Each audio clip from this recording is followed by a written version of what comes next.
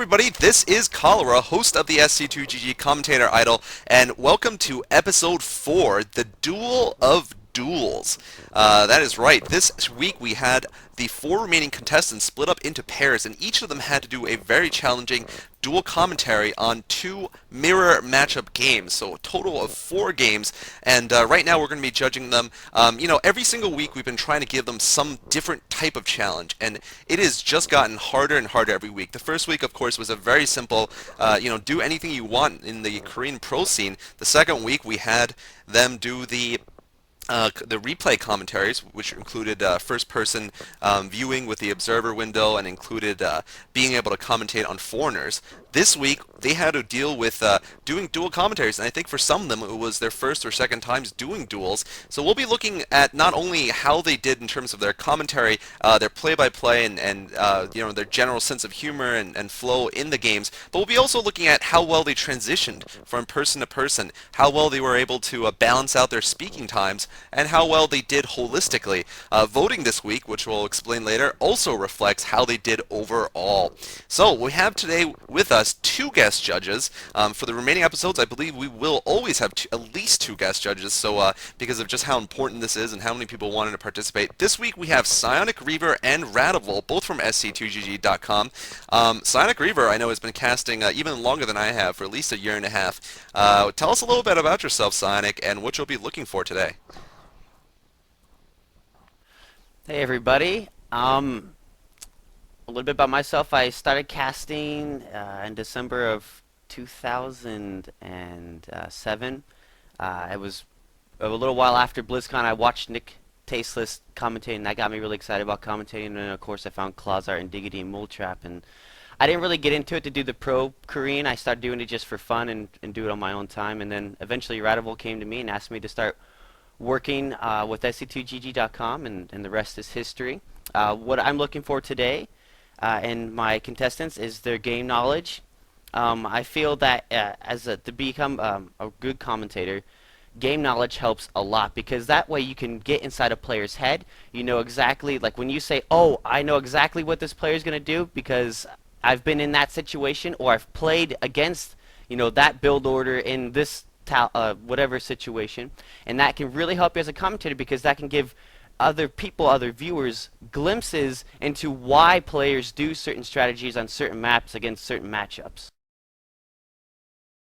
Sounds good, and definitely something that we're all looking for always. And next we have Radival. Radival is the owner and founder of SC2G.com. Why don't you tell us a little bit about yourself? Hi, I'm Radival, and I'd like to thank you guys for inviting me on the show here.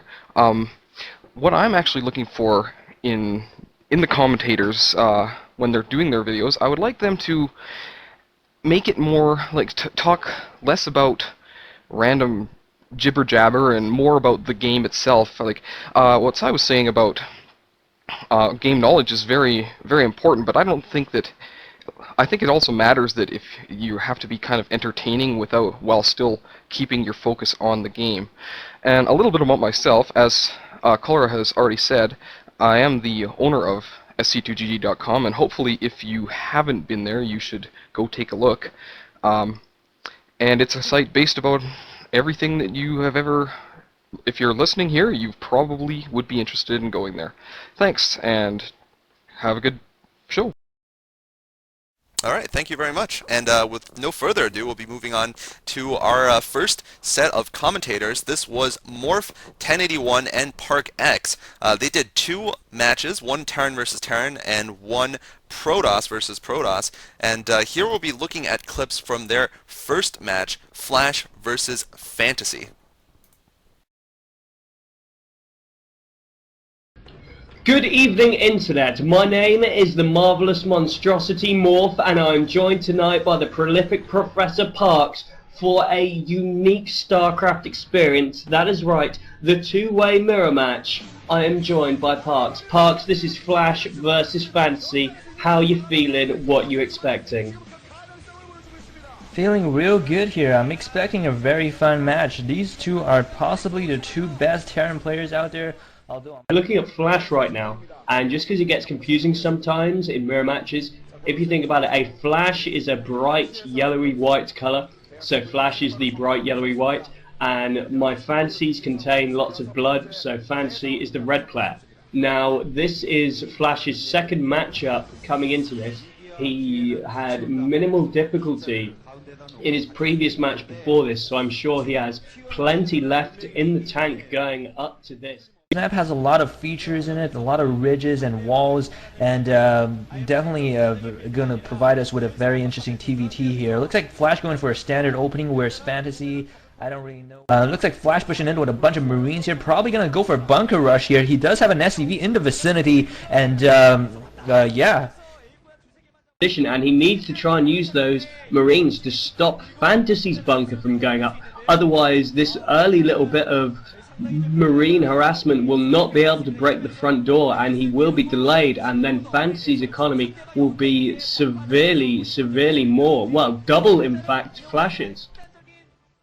More tanks coming in, more SCVs coming off the line. Fantasy is having to be defending with SCVs again and again and again. So it looks as if, despite Fantasy going for this early expansion build, Flash might actually be the one with the superior economy.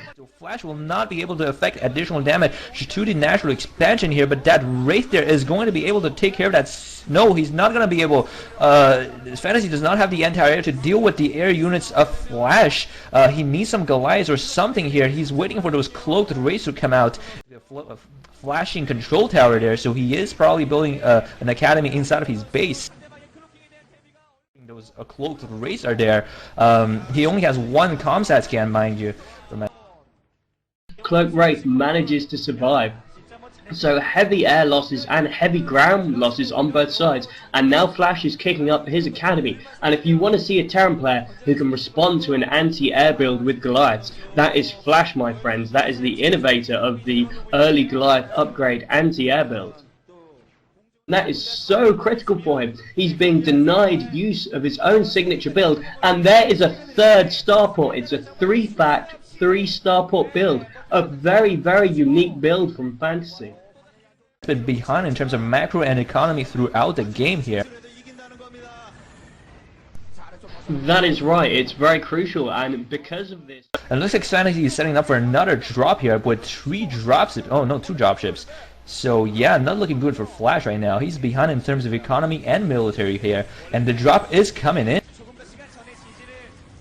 Yeah, no, you were right the first time there. It is a triple drop. There are 3 dropships coming in. All the SCVs just diverting themselves. Drop, catching the SCV transfer. So many of them coming in with the hug of death, trying to take down. But so many SCVs go down. All the siege tanks are taken down. But then there's just such a huge relief force of siege tanks. And Flash GG's. He knows he can't break it. He knew Fantasy had too much of an economy. And there's the GG. And there is the pain on Flash's face. Oh my god, the empathy I feel for him now. The crushing agony on his face. My god. Okay, so that was a nice compilation of clips. By the way, someone asked how we choose these. Each judge submits one of them, and then I complete it with a bunch of things that start and end the video, and some things I found interesting. So it's basically not necessarily a summary of these videos, but more of just the most interesting parts. And by the way, for some of the clips where ParkX just spoke and then it kind of faded away afterwards, what I meant to show was ParkX actually stopped talking rather abruptly. So that's something possibly the judges will consider when talking about this dual commentary. But we're going to begin right now with each of the judges telling us what they thought about video 1, and then we'll watch video 2 from these 2 contestants. Sonic, why don't you begin? My thoughts about this TVT is, first off, Parsecs at the beginning. I believe Parsecs and Morphe guys did a nice little intro there. But then, ParkX, you mentioned that Fantasy is on the same level as 4GG, and that you didn't feel that he would have enough capability to take on Flash. Well, if anybody remembers last season, 4GG kicked the snot out of Flash and actually went on to play Jaedong later in the OSL. So Fantasy being on the same level as 4GG means that he actually has a really good shot at taking down the caliber player of Flash. Another thing that continued on was when the Marines were microing back and forth in the natural, Fantasy going for that 14cc. He has that small natural choke, so that means he has time to set up a nice blockade. The reason why Flash is going down there with those Marines is to try to prevent Fantasy from getting his tech up because he knows Fantasy's behind on tech. He's not using his Marines to try to bust down the front door and get in there and kill Fantasy. Flash not trying to do that. He's trying to make Fantasy waste minerals on defense he doesn't need. He had to put down a bunker. He had to replace Marines. He lost 4 or 5 SCVs. He's just trying to stall him, prevent him from getting that second economy going as strong so he can get ahead in tech. And we saw the starport, but you guys didn't really mention it at all until about 30 seconds after the fact that he had built it. So I was really kind of disappointed in the lack of, and I don't want to be like a jerk here saying like, oh, well, you guys don't play enough StarCraft. I feel, and when I mention game sense and knowing about build orders and things like that, I understand a lot of people don't have time to play this game competitively, and some people are just downright bad at the game, but if you actually just go into a game and you try to play a strategy or play against a strategy, it helps you so much in your commentating because you can say, hey, I've been in that same situation and this is what I was thinking, or this is how I know it feels like to be in this situation, and it gives viewers a lot of insight. But throughout this video, I just felt that there wasn't enough what's the word? It just felt like you guys were just lacking a little bit on TVT knowledge. All right, and for those of you who are wondering, that was actually the Arena MSL where 4GG beat Flash and then went on to beat Jaedong in the finals. I watched this game and I actually quite enjoyed.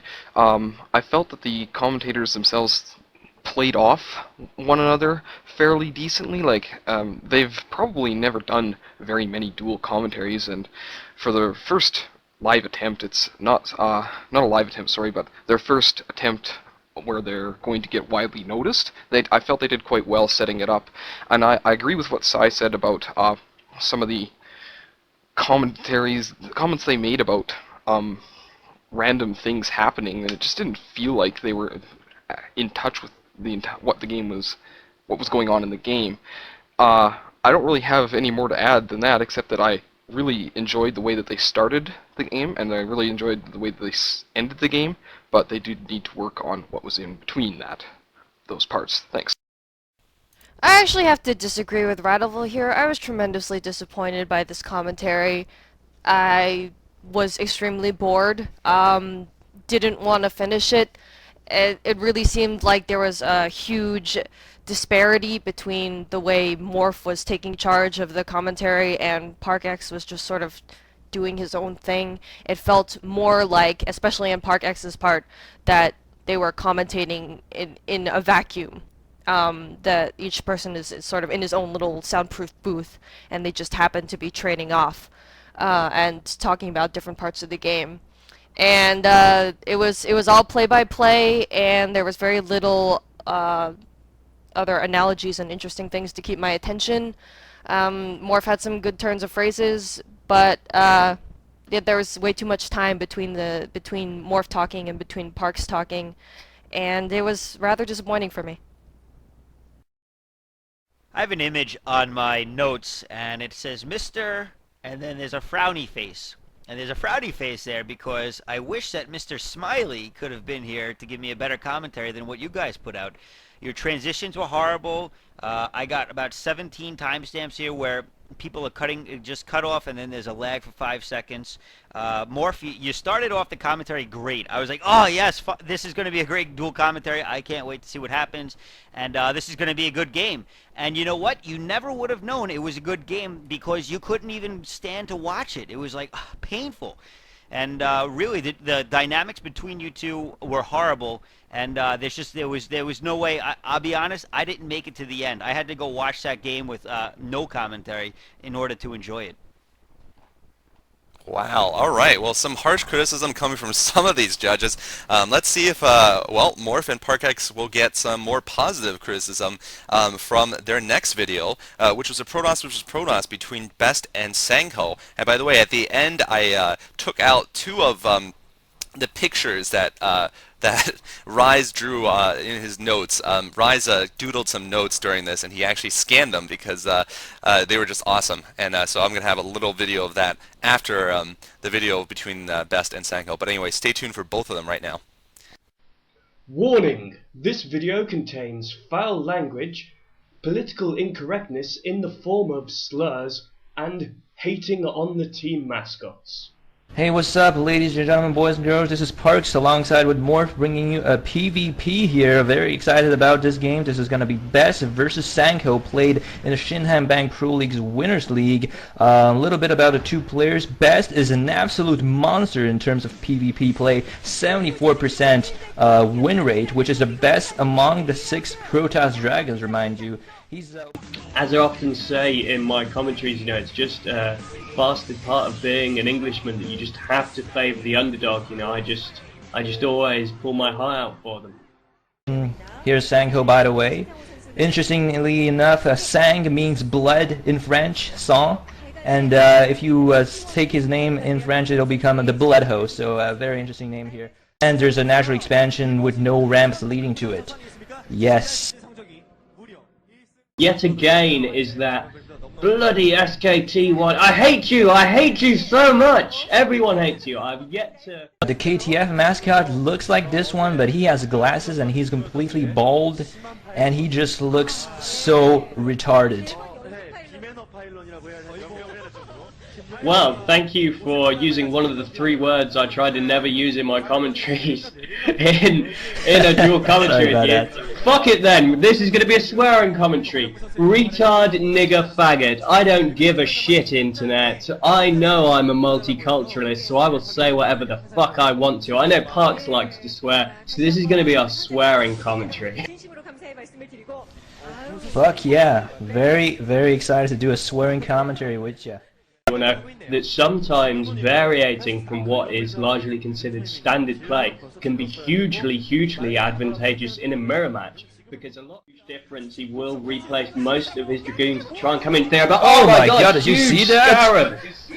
Holy shit, that killed about epic Scarab. 10 probes.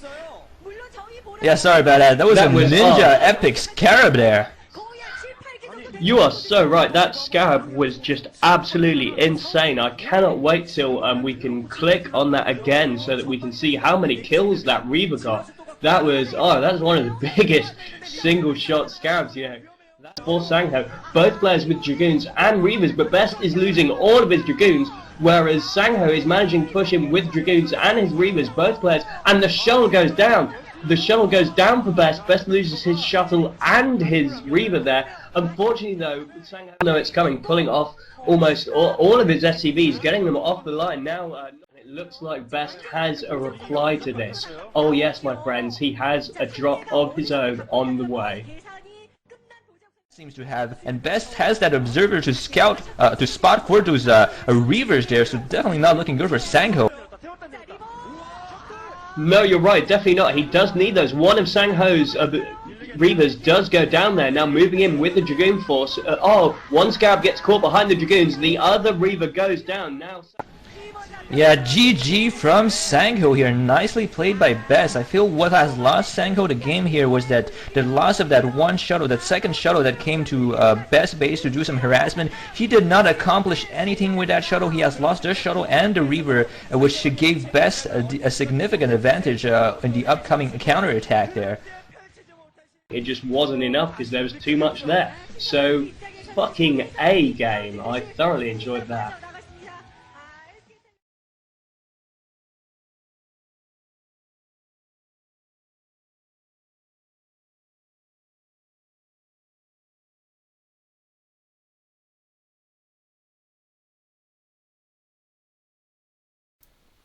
Alright then, and what did you guys think, judges, about how these contestants did, and what questions do you have for the contestants? We'll just go in the order of Psionic, Radival, Peanut, and Rise. Psionic, you're up. At the beginning of the game, I thought Morph made a very good point. It's not always about Reaver drops or going Reaver tech. A lot of times a Protoss player can go for DT drops or high Templar drops, and I thought that was a good point for him to say that PvP is not always just about Reavers. There are other viable builds you can do. But I would have liked him to go a little bit more into, well, what on the map Medusa, you can't. It's for all maps.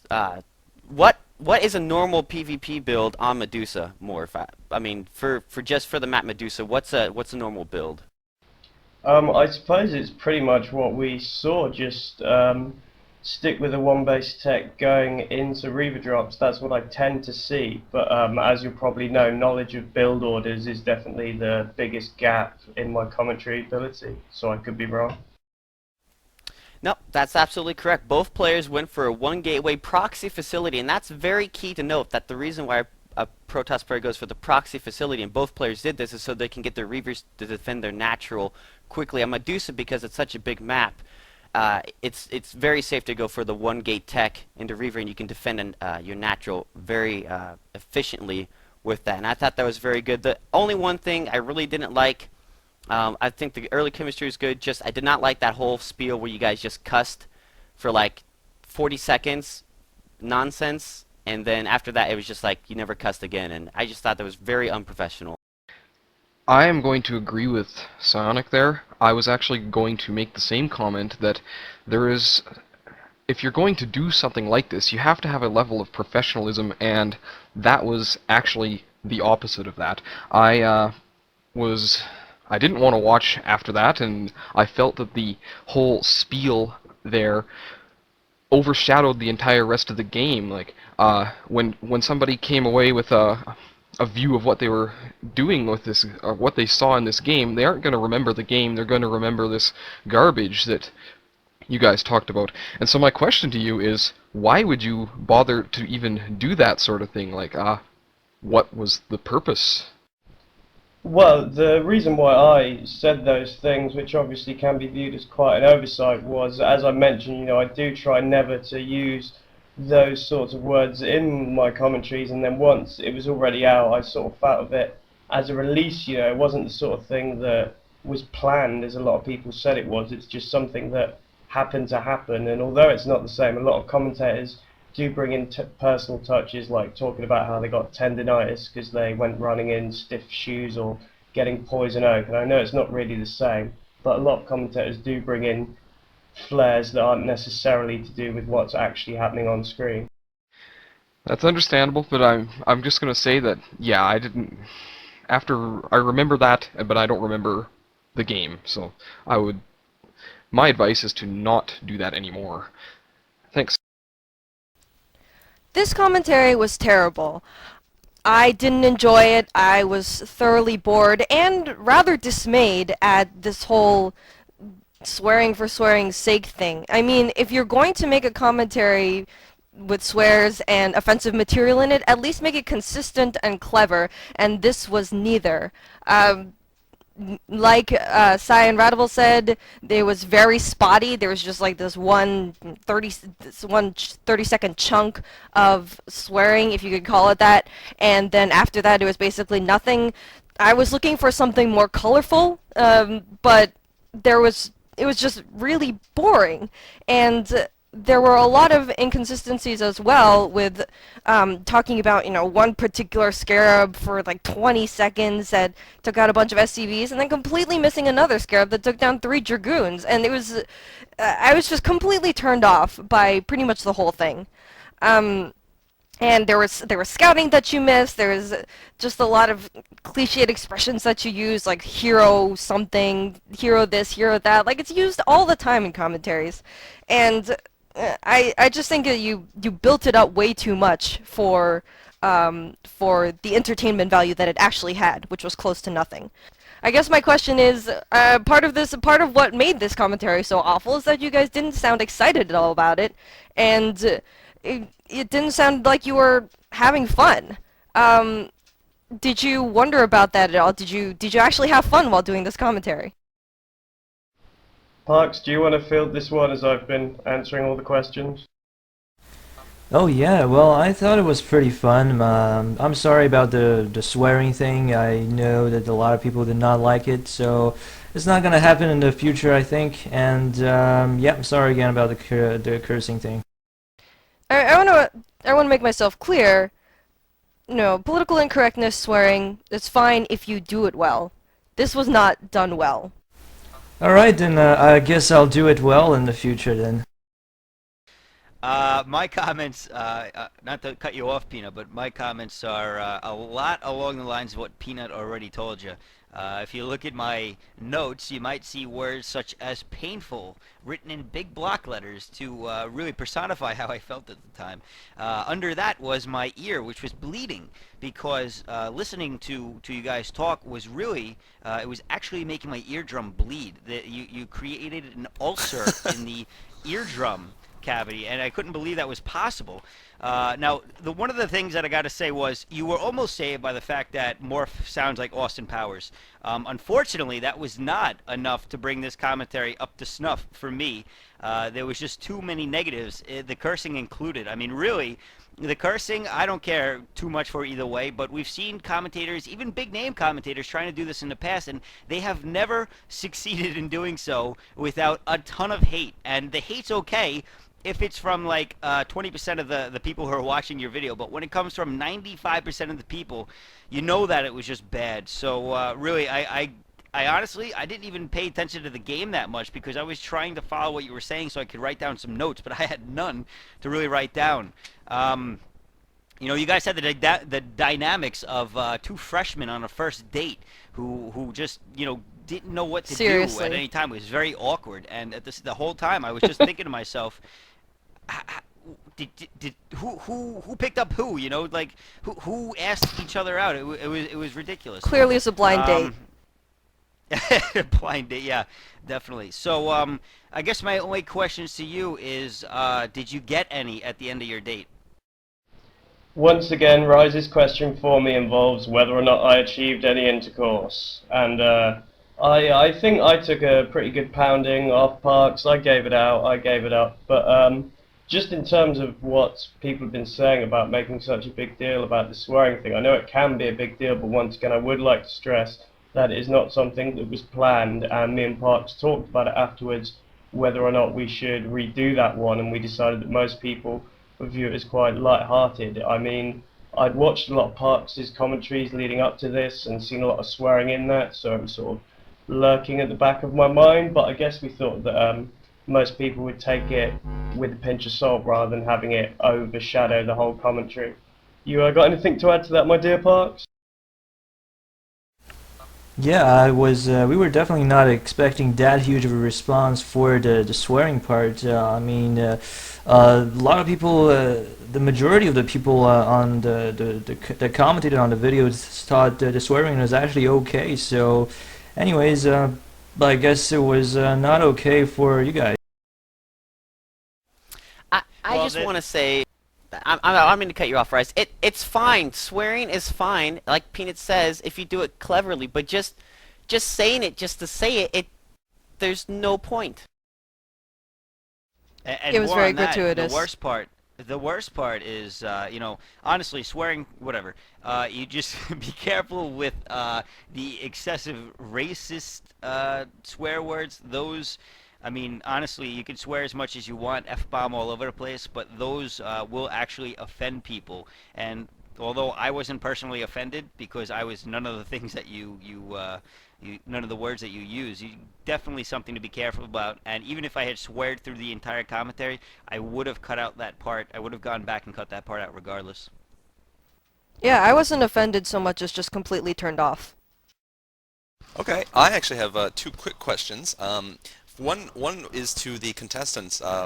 What was the reason, ParkX, that you kept cutting off in both of these commentaries? You often talked for a while, and then it would just say, you would say yeah, and then it would cut off. Were you doing that intentionally, or was it some kind of equipment thing, or like Ventrilo not picking up on what was going on? Because I felt like it was really abrupt many times.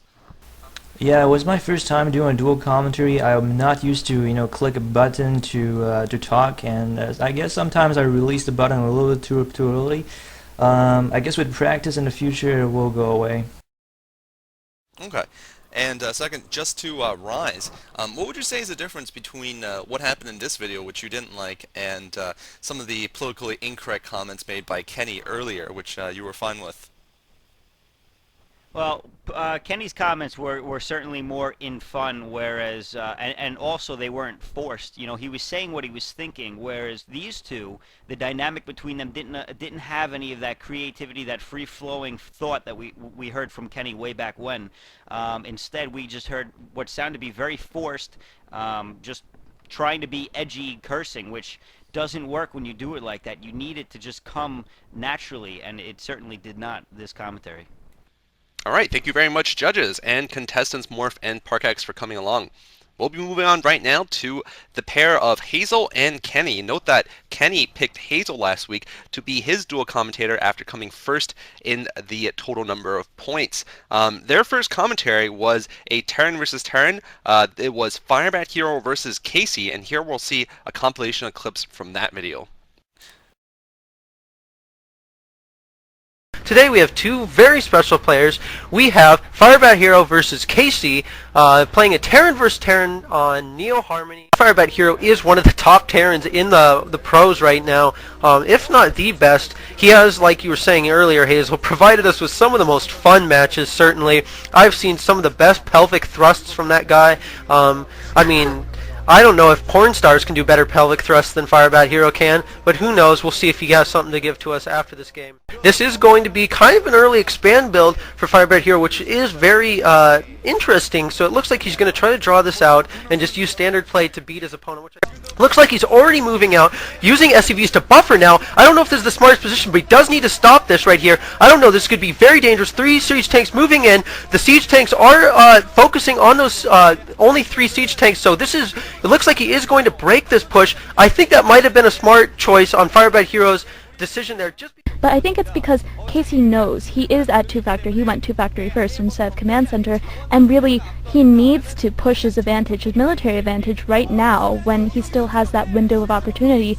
But it looks like he's lost that opportunity. He is transitioning into command center. Hopefully he will be able to just balance out that economic disadvantage that he has right now. And just try to overpower your opponent. I think that's what's going on, Hazel. I mean, wouldn't you say this is going to turn into a kind of a longer, drawn-out game here?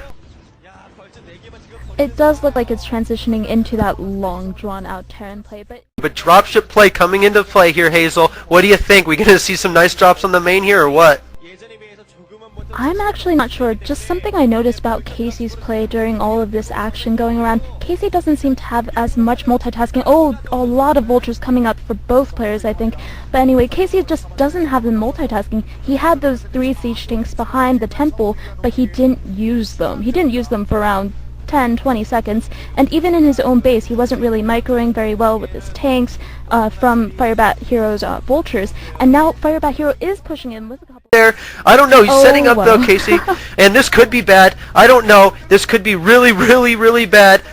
Looks like Casey will be able to take that out. Those tanks did look pretty weak, but I don't know, taking out tons of SCVs. This is the, oh my gosh, those tanks are Hitler right now, and these are a whole bunch of Nazis just going to town on these SCVs.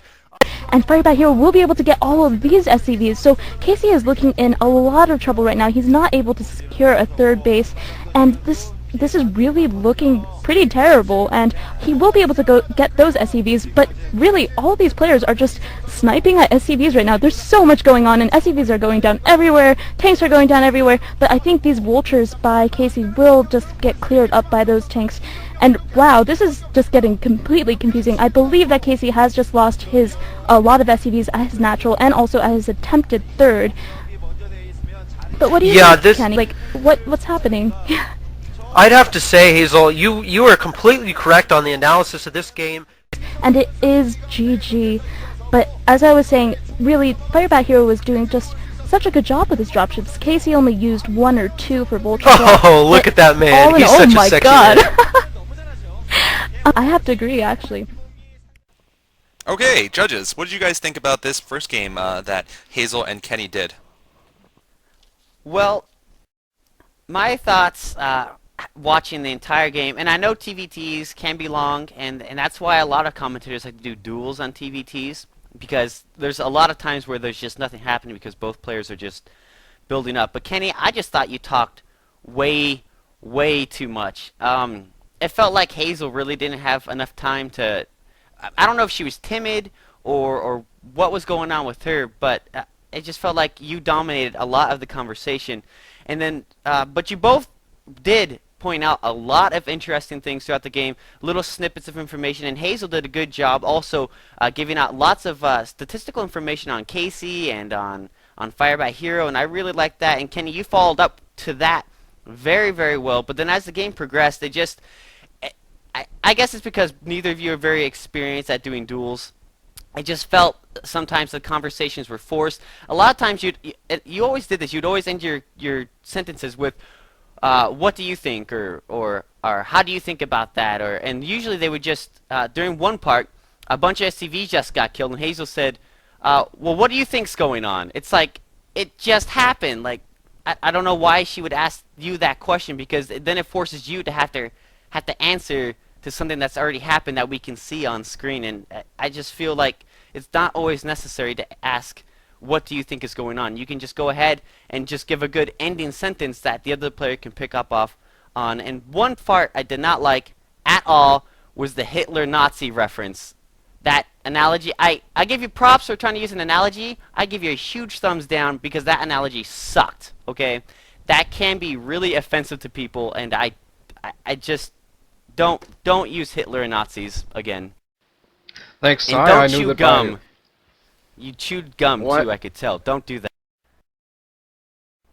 Okay, what I was going to say was, since I'm going second, I knew I wasn't going to get to mention the whole Hitler thing, because obviously that was going to be first and foremost on everyone's minds.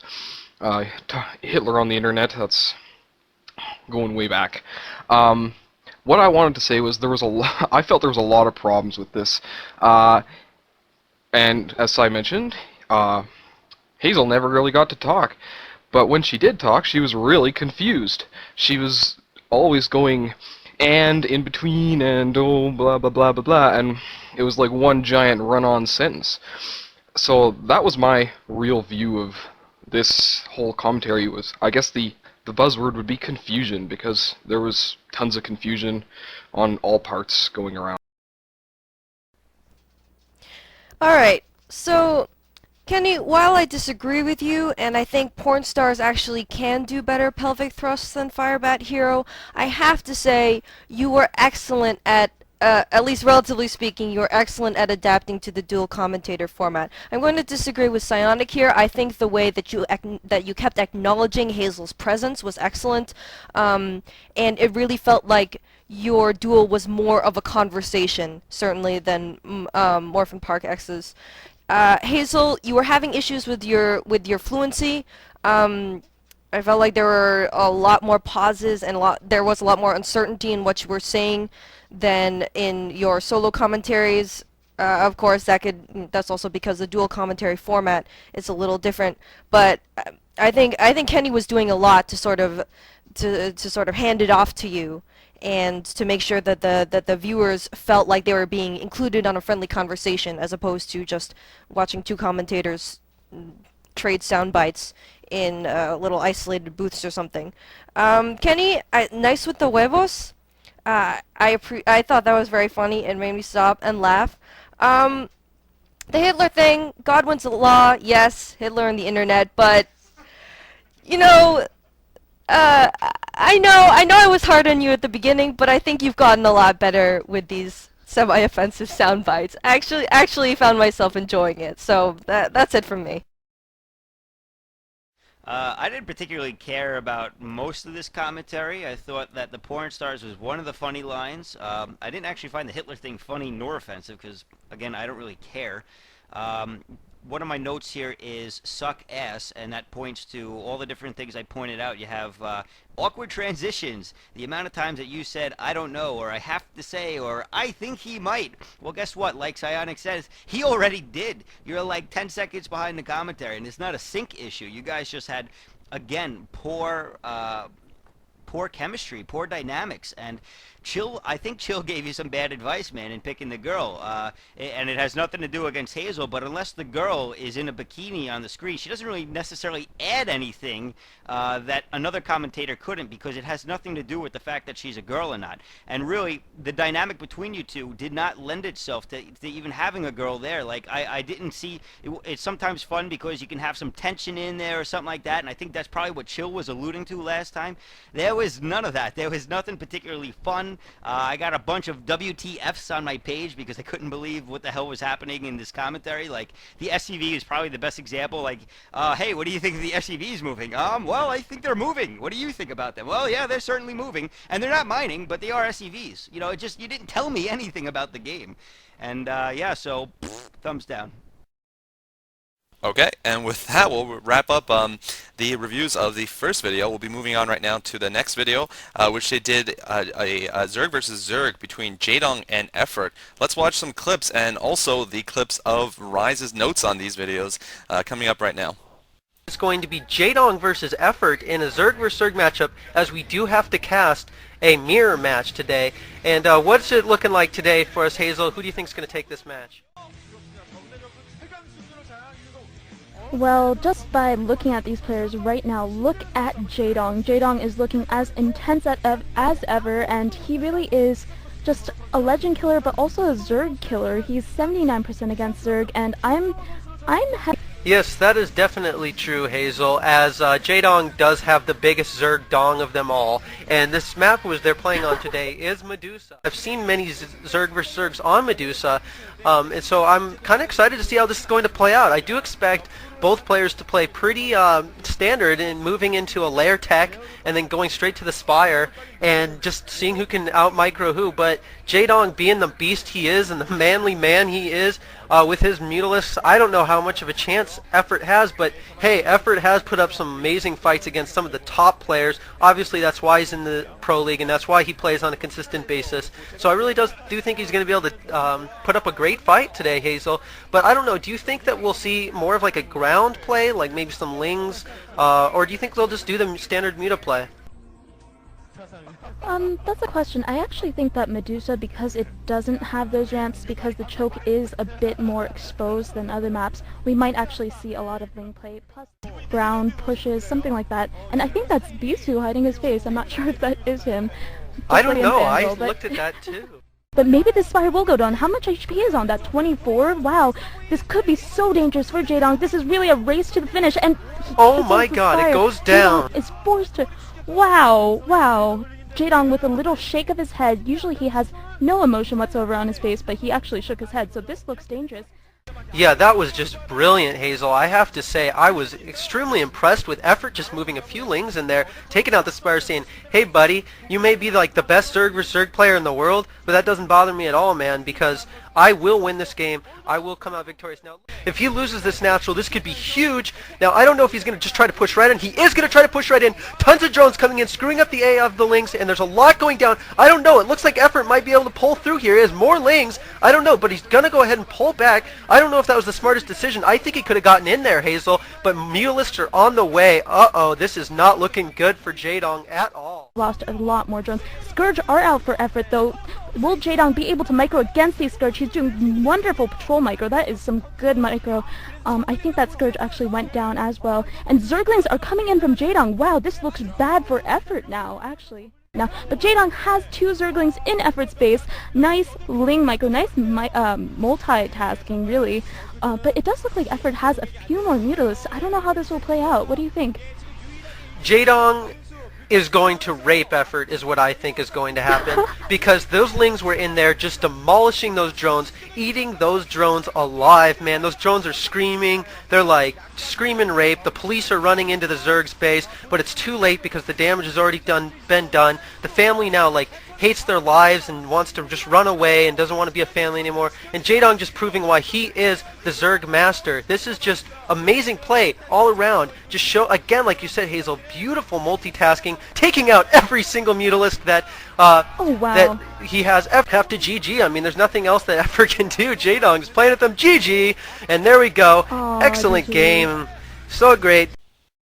All right, and you know, by the way, in case it hasn't been mentioned, we did make these commentators do mirror matchups because mirror matchups in general are boring. That's right. Everyone loves a good Protoss versus Zerg or Darren versus Zerg, but it is more of a challenge to do ZVZs or TVTs, and you know, hopefully these contestants did well in terms of how they made them exciting and watchable. So we'll begin with the questions and the comments in the second video with Psionic. So I sat there. I am a huge fan of ZVZ. I love ZVZ. I love watching Jaedong July. pretty much anything ZVZ related, just because it's so micro intensive. With the smallest mistake, and you're done. Losing one drone, you're done. Things like that. So I was really looking forward to this, and I feel Kenny and Hazel, you guys did a very good job on this video. You used good points, good solid points. You talked about the players. You gave statistics on them. You talked about the map. You talked about the build order, which I felt was a little bit off. Kenny, you talked about, yeah, ZVZ Jaedong's gonna go layer into Spire. Well, every pro Zerg does that. I mean, it's not. I think what you should have talked about, instead of just saying, oh, he's gonna go layer into Spire, you should have talked about the build order a little bit more specifically on how he's going to do that on Medusa to try to gain an advantage. Because Medusa, because we know the mains are so far apart, it's actually very easy to get a quick expo on Medusa and then hold that, which we did see the players do, and you guys did mention that. But it just felt like when you mentioned the build order, you should have just expounded on it a little bit, on like around like what drone counter or things like that. Just trying to give outside viewers who may not be so into the game, it just giving the people those little tidbits of information just helps them get into the game more, so when they watch future ZVZs they can look for things like that. So I just feel like you guys should have just gone in a little bit more into that. And then also mentioning that both players are going to go into Mutaling again, because you hardly ever see anything other than Mutaling. Really not that necessary to mention that unless you're explaining a build order and the timings of when Mutalisks are going to come out. But I feel like when that Spire of Jaedong's went down, you guys were really excited. You were really into that. I really liked that moment. Do you have any questions for them, Sionic? No. We can come back. We can come back to you later. All right, sounds good. Next person. Hi. Yeah. I actually felt that Psionic did a very thorough job of explaining everything there, but what I wanted to make a comment on was, to me, it seemed like Hazel wasn't talking very much. It was a dual commentary, but it was all Kenny all the time, and it wasn't really much of a dual commentary. When Hazel spoke, she definitely said all the sorts of the great stuff, and it was enjoyable to hear her, but she just totally got dominated in the amount of airtime. So my question is, Hazel, why didn't you speak up more often? That might be a fault of my own, or just a difference in our styles, because, well, the only dual commentary that I've ever done was probably with Cholera, and in that first dual commentary that we did together, I just didn't speak a lot. I don't know why. Maybe because of just the phrasing. We should probably work on that in the future. I think what happens is that I like short phrases rather, well, not necessarily short, but 3 sentences, as opposed to Kenny's maybe 5 to 7. So what happens is every time we pass off, that difference in time might occur. That's fine, and I just wanted to point that out for your own future reference. I think you guys did a good job, and Sai said why, but I'd like to hear you talk more, or at least equal amount of time in future attempts at dual commentaries. Thanks. Okay, so one thing I liked about Morph and Parks' commentaries is that for one of them, Morph took the lead in introducing and the other one, Parks, took the lead in introducing. I think that would have really helped here if Kenny had introduced one and Hazel had introduced the other. That being said, I did think that that you guys have the concept of dueling at least somewhat on its way to good chemistry phenomenon, let's say. Hazel, that was not Bisu in part 1. I listened to that Not and even I close. cringed slightly. No, I mean, he bore a slight resemblance to Bisu, but it was not Bisu. One thing that I thought was interesting is, Hazel, when you were talking about the Jaedong Spire going down, and you were going wow, and saying that, oh, that's the, Jaedong shakes his head, that's the first time we've seen emotion out of him. It was interesting because that was really the first time I felt like I saw emotion out of you, and I thought it was a good moment for me. I wish there had been more of them. And then the only other note I really have is part 2, timestamp 355. Kenny, are you serious? And words cannot describe the mixture of... Can you describe what that was, by the way? Okay, sure. Just, That was that was the part when Kenny started off with Jaedong is going to rape effort, and kind of went on from there with the family crying and not wanting to live anymore, and the police coming in, that sort of thing.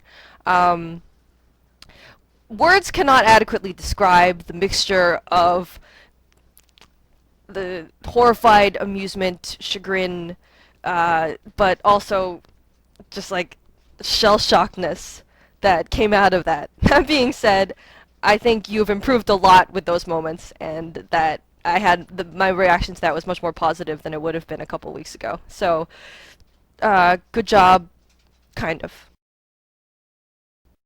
All right, well then I guess I'll go.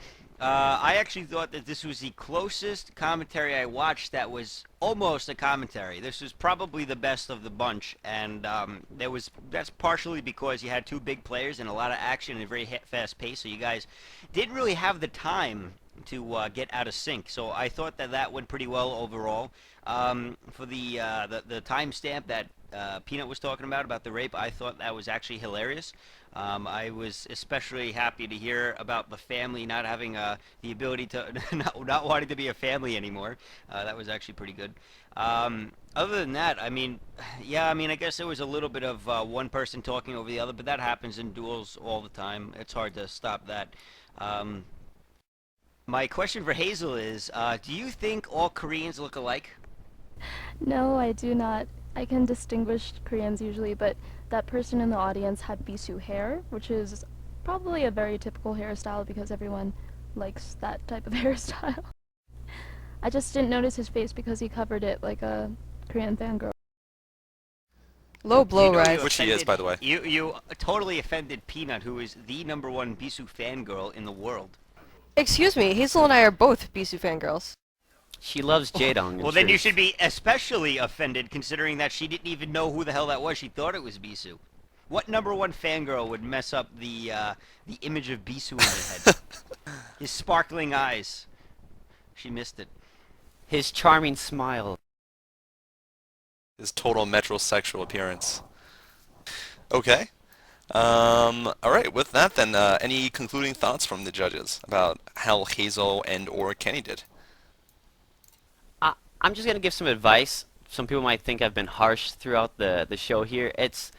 I realize that some people can't play StarCraft a lot because of time constraints, things like that, but like I mentioned in the beginning, as long as you can get into the game and you can play that build order or practice against it, or even get a replay of good players, people you know who are good players who have the build orders down, and just watching those build orders unfold will help your commentating so much better, so you can give those game insights, those small little game tips as the game goes on.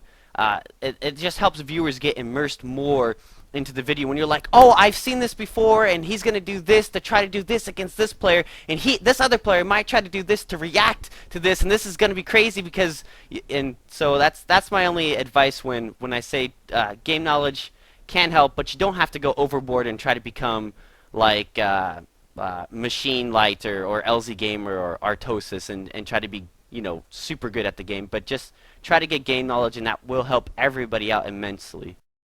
Alright, and with that, I guess we'll be wrapping up this portion of the show. We'll be moving on right now to the voting stage. Right now, we'll be taking the votes from the judges, and we'll be right back afterwards. Alright, and this is what you've all been waiting for. First, let me remind you of what happened at the end of the last episode. We had the following four people in this order. Kenny was at #1, Morph was at #2, Hazel was at #3, and Park X was at #4 position. Now, for the viewer votes. 132 of you thought that Morph and Park X were the best pair. 110 of you thought that Hazel and Kenny were the best pair.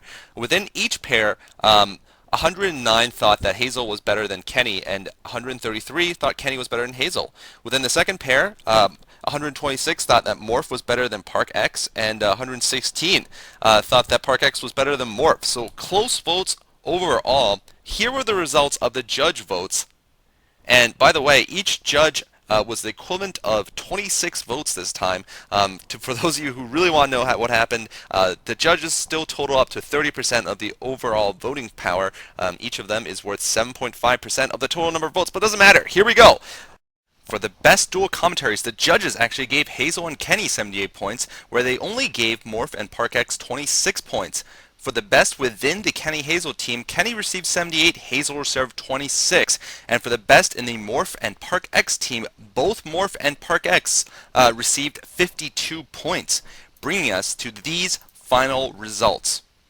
For best dual commentary, the judges' vote mattered. It swung the vote to Hazel and Kenny. They received 188 total points versus 158 total for Morph and ParkX, meaning that Kenny and Hazel are immune from elimination this week. Within the Kenny and Hazel team, neither of them can be eliminated, but Kenny took the lead with 211 versus 135 for Hazel. And within the Morph and ParkX team, the losing team, this episode, Morph received 178 and ParkX received 168.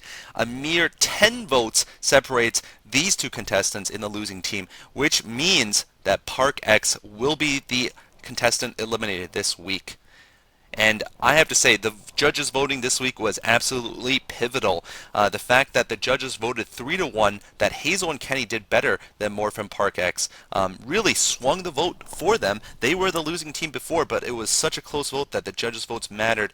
And on the other hand, the judges did not managed to swing the vote within the Morph and ParkX team. They split their votes 2-2 for each of them doing best. So ParkX remained behind, and he will be the one eliminated, unfortunately, this week. Judges, what were your reactions to seeing these scores? Really no surprise that Hazel and Kenny pulled ahead. I just thought their games were just constructed just a little bit better. They had a little bit better chemistry. Between Morph and ParkX, I'm a little bit surprised at how close the voting was between the two. I mean, it was super close, and I really didn't think ParkX was going to get eliminated. I actually thought that ParkX contributed statistically and had better points than Morph throughout the commentaries that I've been seeing. But just goes to show that even though the judges, we have a little bit more voting power, the viewers have spoken. I would like to say that I was hoping that ParkX advanced, and I am disappointed that he did not. That is my only comment. I found it interesting that actually, as far as the which duo was better, the judge's decision sort of turned the people's votes on its head. I didn't expect that people would generally think that the Morph and ParkX duels would be better than the Kenny and Hazel duels. So in that sense, it's a little bit like that first week when the judges voted overwhelmingly to keep ParkX in, and the viewers voted overwhelmingly that he should not be kept in. That being said, I guess the rest of it is expected. All right. ParkX, we're really sorry to see you leave. I think you did a very good job overall in all your commentaries. I think you had a Clazzart-like excitement, like many of you, the judges, have said before. And I really wish you the best in the future. I mean, you have a ton of energy, and the way this week turned out, unfortunately, though, you will be the one eliminated. Do you have any final thoughts about the whole show in general, your future in commentary, or whatever, ParkX? Yeah, it was an amazing experience being on this show. I definitely appreciate it a lot. It was pretty fun. Thanks to everybody that voted for me, and thanks to the judges for the wonderful feedback. And it's just too bad I got eliminated, but I'm going to continue my commentaries and hopefully improve it in the future. Never give. Thank you very much. Yeah, thank you very much for joining. Definitely. And with that, we'll be moving on to a description of the next week's episode. This week, the challenges are going to be even harder. This week, with the 3 contestants remaining, what will happen is each of them will be assigned a historical commentary of my choosing. It will all be very, very good MSL or OSL finals, but at least a year ago or longer, so there won't be commentaries, it won't be necessarily fresh in their minds, and they won't know, of course, the results of who won or who didn't win for that individual game, because they'll only have 3 seconds. Literally, I will give it to them, and they will have to commentate it immediately without looking up the results or anything. I will be recording their commentaries, and then I will be, we'll be working together to make the video. So we'll be seeing how well they know very, very big name players, how well they know playing styles from several years ago, and just how well they can commentate a game without any chance of preparing for it, any chance of knowing what the results are or reading analyses of the games or anything like that. Just to make it a little bit harder, I'm also going to be asking them a number of StarCraft trivia and history questions, which I'm going to come up with. So congratulations, Morph, Hazel, and Kenny for moving on to the round of 3, but prepare this week for an even greater challenge than before. So thank you guys all for watching. As usual, the videos for this week, the 3 videos, will be going up this Thursday, so do check out SC2GG.com. I'll put up a promotion video at that time, and do vote for who you thought did best among these final 3, and we'll be having a new episode next Monday. And the 2 new guest judges for next week will be Greth, a great StarCraft comedian, and Klazart, none other than the godfather of commentary. Stay tuned, and for SC2GG Commentator Idol, I am Cholera, the host. Thank you for watching. Have a good week.